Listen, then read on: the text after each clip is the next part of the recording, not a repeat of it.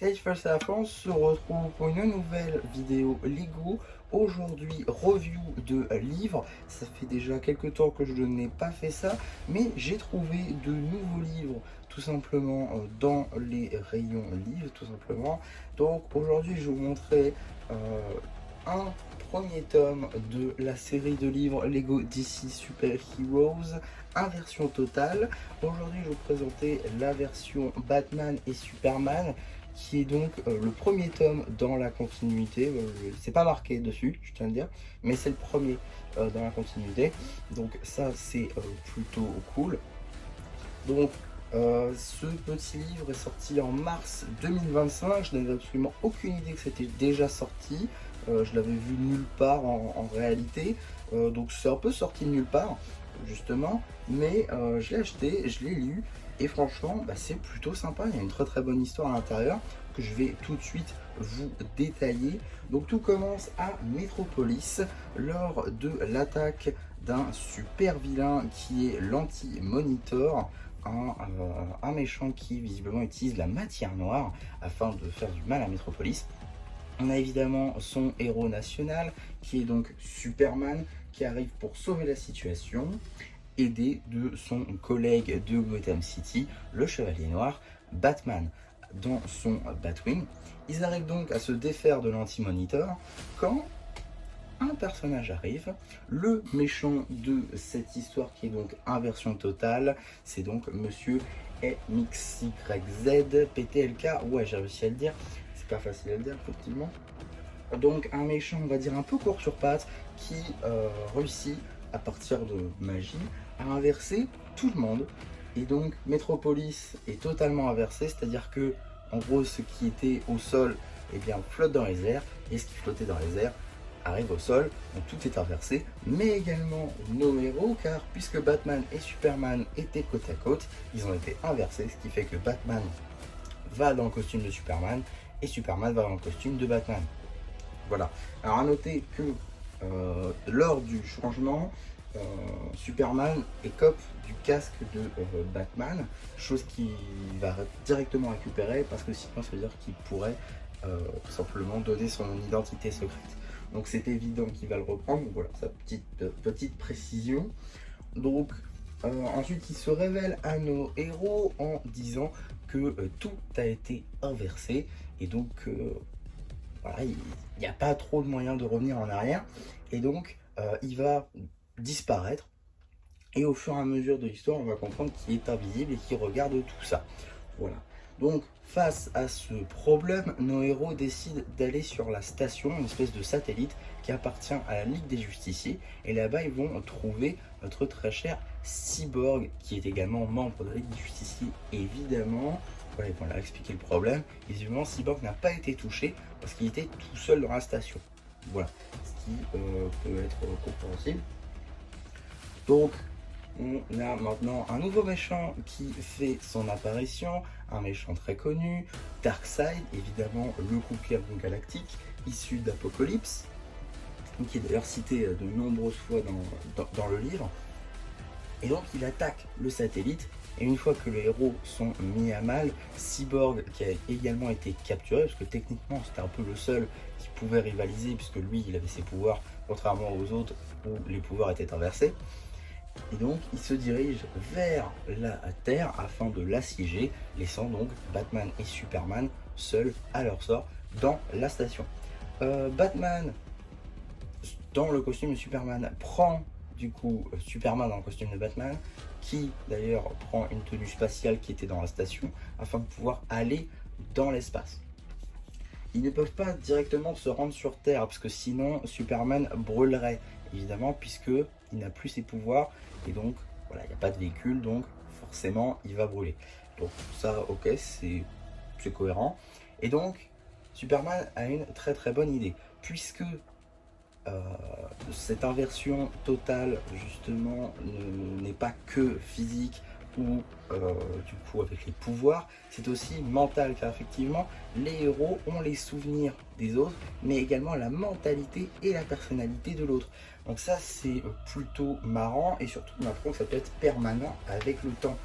Plus il reste dans cette situation là, plus ça peut devenir permanent, ce qui peut être un peu problématique. En tout cas, les deux héros décident d'aller sur la face cachée de la Lune. Là-bas, ils y trouveront une base secrète de Batman, au cas où si la Batcave allait tout simplement ne plus être utilisable, chose qui est d'ailleurs le cas. Et donc là-bas, ils vont trouver pas mal de costumes, de gadgets de Batman, en passant par surtout pas mal de costumes, mais surtout un costume qui a deux mimosités, qui commence donc par HEL. Donc j'ai fait une petite recherche, il s'agit du costume Hellbat, qui est donc ce costume que vous voyez à l'écran normalement au montage. Un costume que je trouve d'ailleurs plutôt sympathique, que Lego n'a jamais réalisé, mais là on le voit pour le coup dans le livre. Mais petite incohérence, il n'est pas cité sous cette formule là. En fait, il sera renommé pour le Bat Costume, évidemment en référence au fait que ce soit le bazar, mais surtout ce qui est référencé comme le Bat Costume, c'est le robot qu'il aura après, car effectivement il sera dans un robot quand il va affronter Darkseid. Donc il y a un petit problème, normalement c'est la tenue qui est censée s'appeler Hellbat et non pas le robot qu'il prend, mais bon, à la limite, pourquoi pas, mais ça peut être pourquoi pas un teasing aussi d'une prochaine tenue qui pourra arriver chez Lego, parce que comme je vous l'ai dit, c'est sorti en mars 2025, donc potentiellement on pourra en avoir un en mars. Je sais notamment qu'il y a des sets qui sortent en mars, donc pourquoi pas un an après, ça pourrait être plutôt sympa. En tout cas, on verra bien ce jour-là, mais voilà, petite incohérence, mais sinon rien de trop grave. Donc Superman, maintenant dans le costume de Batman et surtout dans le Hellbat ainsi que ce robot, se rend sur Terre pour affronter Darkseid. Au même moment, Alfred, qui lui aussi est présent, a parlé à nos héros pendant quelques temps lorsqu'ils étaient dans l'espace, et donc a averti Robin et Batgirl de la situation et leur a demandé d'aller à Metropolis.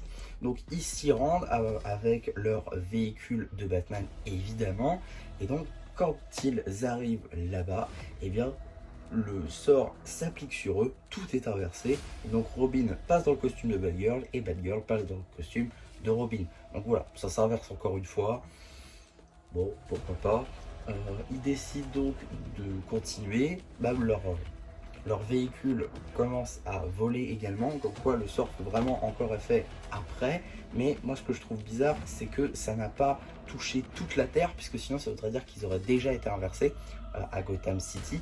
Donc ouais, je comprends pas trop ça, petite incohérence encore. Quelques petites incohérences, mais bon, c'est pas non plus trop gênant, j'ai envie de dire. En tout cas, nos deux héros se dirigent vers Metropolis, vers l'épicentre de Metropolis. Là-bas, ils y découvriront Superman et Darkseid qui s'affrontent. Robin et Batgirl vont affronter les paradémons. Et Batman, lui, dans le costume de Superman, se dirige vers Apocalypse, où là-bas, il est censé trouver la source de pouvoir de Darkseid.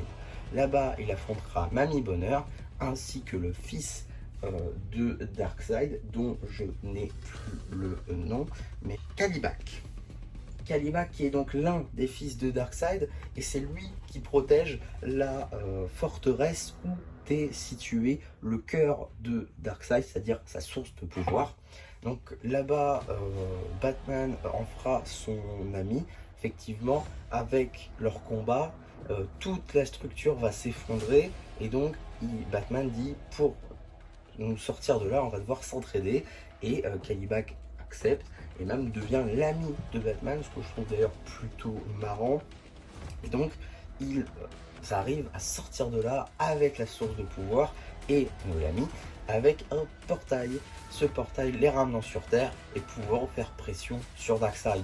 Darkseid essaie quand même de combattre, mais il voit bien qu'il ne peut pas face à ces deux héros, son fils et Batgirl et Robin.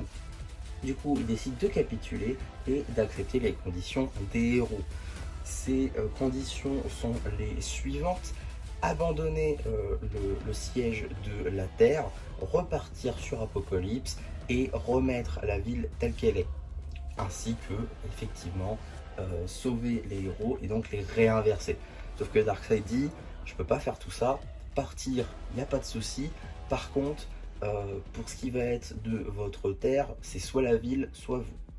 Donc les héros évidemment font un choix de héros, c'est-à-dire sauver la ville avant eux, chose que Darkseid fait et s'en va.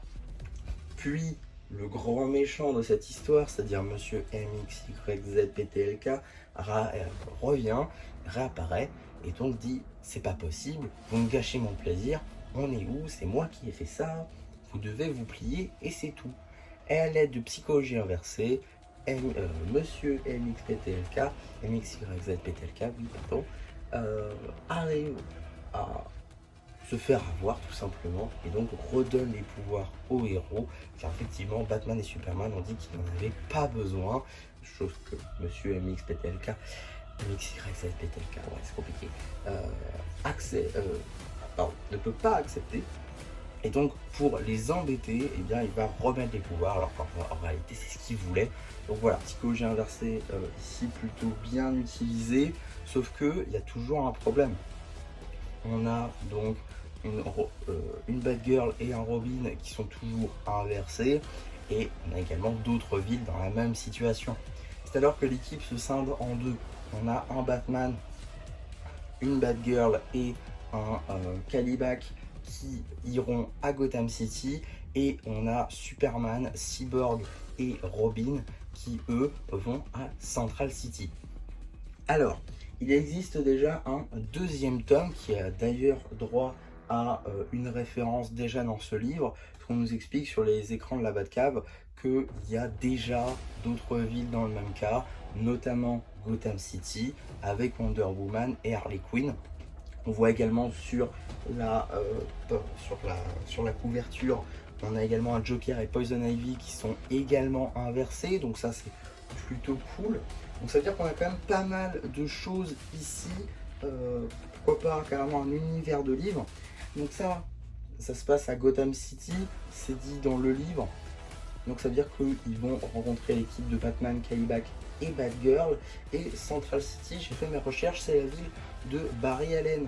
Ce qui fait que potentiellement on va avoir un troisième tome avec The Flash, qui peut être plutôt sympa en vrai. Pour l'instant il n'y en a que deux, en tout cas traduits en français. J'en ai pas trouvé d'autres, que ce soit en anglais, en allemand. Donc généralement l'Allemagne a beaucoup de livres Lego plus que nous, chose qui du coup n'est pas le cas. Je l'avais pas du tout vu avant. Donc ouais, pour le coup c'est les deux seuls qu'on a. J'espère qu'il y aura vraiment les suites, ça peut être sympa. En tout cas on a déjà un deuxième tome, donc je vous ferai forcément une vidéo. Je l'ai déjà pris, je n'ai pas encore commencé à le lire parce que pour tout vous dire j'ai fini ce matin le livre. Donc ouais, voilà, je vous en fais une vidéo à chaud. Donc qu'est-ce que j'en pense globalement de ce petit livre? Déjà c'est plutôt sympa, j'ai vraiment l'impression en fait de voir un film Lego DC. Vous savez, donc il y a eu beaucoup de films Lego DC, je pense notamment à Flash, je pense notamment à Monstre contre Magie, enfin bref, beaucoup de films qui ne sortent plus aujourd'hui. Il n'y a plus de nouveaux films Lego DC, ce que je trouve un peu dommage. Même Lego Marvel en soi, c'est que des shorts maintenant. Mais je retrouve un peu cette même histoire avec des personnages que Lego n'a pas forcément fait, ou alors à contrario a fait. Ça je trouve plutôt sympathique. C'est une bonne histoire, ça se tient, il y a quelques incohérences, mais peut-être que ces incohérences là c'est parce qu'on a des trous dans l'histoire qu'on aura peut-être dans les prochains tomes. Donc voilà, c'est un univers qui se construit, donc ça peut être plutôt cool. En tout cas, ouais, c'est une bonne histoire. Alors 13,50 € c'est peut-être un peu cher. À noter quand même que vous avez des réductions sur les livres dans beaucoup de magasins. Donc voilà, si vous le trouvez là-bas, vous pouvez l'avoir moins cher. Franchement, c'est une bonne histoire. Ça se lit, si vous lisez 1 à 2 chapitres par jour, vous pouvez le faire en une semaine le livre. Donc voilà, c'est plutôt cool. Ça se lit facilement. Il y a, on va dire, 30 minutes de lecture si vous faites 2 chapitres. C'est ok, tu vois. En vrai, c'est ok. Ça fait à peu près 10 pages pardon. Oui, non, c'est bon. 10 pages par chapitre. Donc voilà, c'est-à-dire c'est ok, globalement, c'est un très bon livre. Voilà, je le recommande évidemment si vous tombez dessus. Ça sera très bien pour un enfant, ça sera très bien si vous connaissez l'univers Lego. Ça marche franchement très bien. Comme j'ai dit, l'histoire se tient. Voilà. Pour moi, c'est un très très bon livre. L'histoire aussi est très très cool. N'hésitez pas à me dire ce que vous avez pensé de cette histoire en commentaire, ça peut être sympa. En tout cas, la vidéo n'est pas finie car je me suis permis de faire un petit truc en plus. J'ai décidé de réaliser des customs, comme vous pouvez le constater. Donc ici on a un custom de Batman Superman et ici on a un custom de Monsieur MXYZPTLK ainsi que de Superman dans le costume de Batman. Voilà, donc vraiment ça marche très bien, c'est à peu près quelque chose près les mêmes pièces que ce qui est utilisé dans l'histoire, donc voilà, je trouve ça rend bien. MXYZPTLK pardon, c'est évidemment un personnage custom de A à Z. Il y aura un short qui sortira, je sais pas s'il est déjà sorti ou s'il sortira dans les prochains jours, je ne sais honnêtement pas quand sortira cette vidéo. En tout cas, voilà pour ces petits customs là, voilà, c'est un petit truc en plus que j'avais fait, donc je me suis dit que je pouvais vous le présenter. Et donc voilà pour cette vidéo, j'espère en tout cas que ça vous aura plu. Surtout n'hésitez pas à me donner votre avis sur ce livre, ce concept on va dire d'inversion totale. Moi personnellement ça m'a beaucoup plu. N'hésitez pas à me donner votre avis vous en commentaire. N'hésitez pas également à me donner votre avis sur mes customs, ça m'intéresse. Il y aura également un short sur Monsieur MXYZPTLK et n'hésitez pas aussi à me dire si ça vous intéresse de voir le deuxième tome, tant que je le lise évidemment, peut-être même qu'il sortira un peu après cette vidéo puisque je le prends un peu à l'avance. Donc ouais, donc voilà tout simplement. N'hésitez pas également à liker la vidéo, à vous abonner, à partager même, ça que je dis jamais, bon, pourquoi pas. Et voilà, du coup, ce n'est plus qui vous dit bye bye.